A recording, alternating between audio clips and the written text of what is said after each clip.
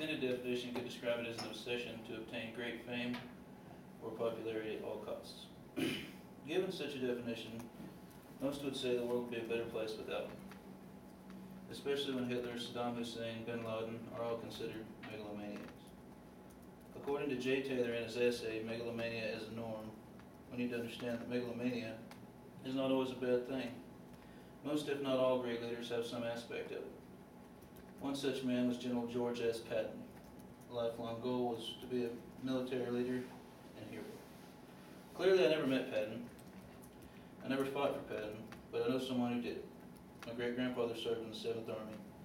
He did not like the way the movie Patton portrayed him as being a nut who believed he was reincarnated as a war hero. He said Patton never asked him to do anything he would not do, and he respected him and believed that he survived the war because Patton was his commander.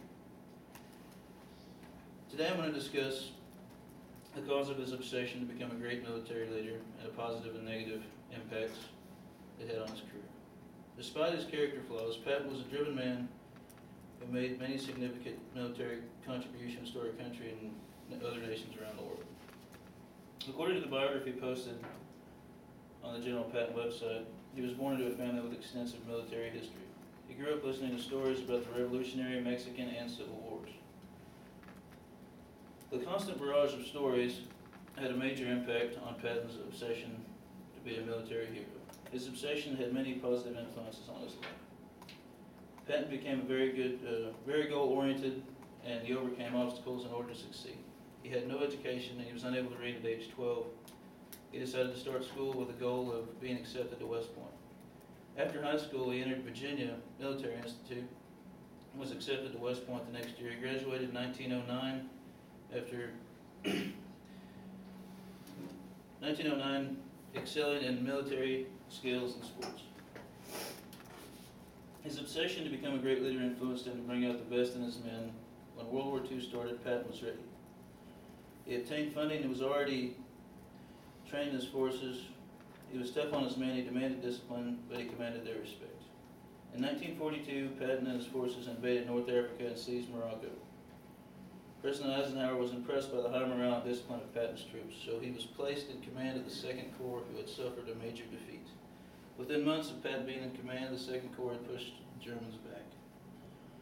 Patton's obsession helped him develop into a successful military leader. In 1943, he was promoted and put in charge of the 7th Army in order to invade Sicily. Patton liberated the western half and pushed on to Palermo and Messina ahead of all other Allied forces. In 1944, Patton was ordered to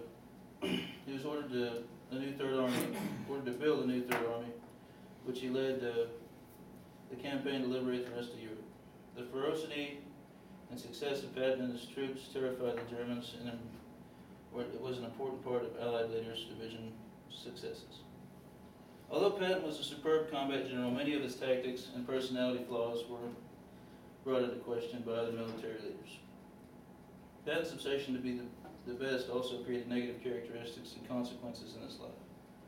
According to the article on George S. Patton's website, his arrogance often held him back from being promoted or placed in charge. After his invasion in Sicily, Patton slapped and belittled a soldier suffering from shell shock. Because of this incident, Patton was relegated to being a decoy force and not allowed to engage in battle until the liberation of Europe in 1944. His foul mouth and outspokenness caused him to be relieved of duty and denied of all transfers. Patton's suggestion to rearm Germany and invade Russia, along with negative comments about other Allied forces, cost him his command in the Third Army. His temperament and lack of diplomacy was also responsible for his transfer to denial to the Pacific Theater. As you can see, Patton was an obsessed man driven to succeed as a great military leader. He was able to motivate and transform troops into being their best despite some of his questionable behaviors. General Patton is viewed by many as a controversial figure in history who was criticized for being arrogant, foul-mouthed, brash. Despite what some perceived as character flaws, he went on to become one of the United States' best military strategists and generals. The very characteristics of megalomania that made him a successful combat hero during the war also led to his downfall when it was imminent. Our nation is lucky that Patton is on our side and not a megalomaniac out to conquer the world.